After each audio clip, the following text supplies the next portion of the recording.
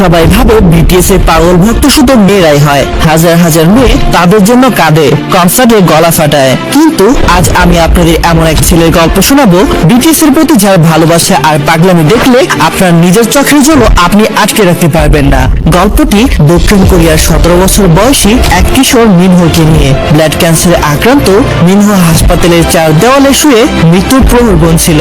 জীবন নিয়ে তার সব আশা যখন শেষ, তখন তার জীবনে বাঁচার নতুন এক কারণ হয়ে আসে বিটিএস। বিশেষ করে মেম্বারদের জীবনের সংগ্রাম আর এর অনুপ্রেরণামূলক কথাগুলো তাকে নতুন করে লড়াই করার স্বপ্ন দেখায়। কিন্তু মিনহো ঠিক করে মৃত্যুর আগে সে তার আইডলদের জন্য অন্তত একটা কিছু করে যাবে। হাতে স্যালাইনের সুচ, শরীরে কেমোথেরাপি, অসহ্য যন্ত্রণা। তারপরও সে গিটার বাজানো শিখতে শুরু করে।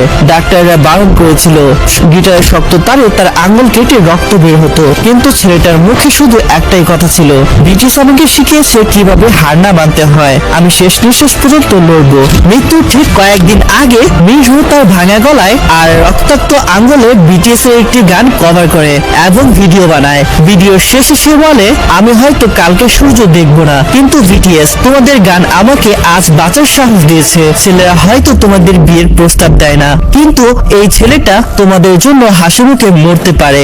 ভিডিওটি ইন্টারনেটে ভাইরাল হয়ে যায়। আরএম থেকে শুরু করে জাংকুক, সুগা সবার কাছে পৌঁছায় সেই ভিডিও। মৃত্যুর সাথে পাঞ্জা লড়া এক ছেলের এমন নিঃস্বার্থ পাগলামি আর ভালোবাসা দেখে বিটিএস মেম্বাররা সেদিন হাওয়া করে কেঁদে ফেলেছিলেন। ঠিক 3 দিন পর মিনহোর হাসপাতালের কেবিনে একটি বিশাল পার্সেল আসে।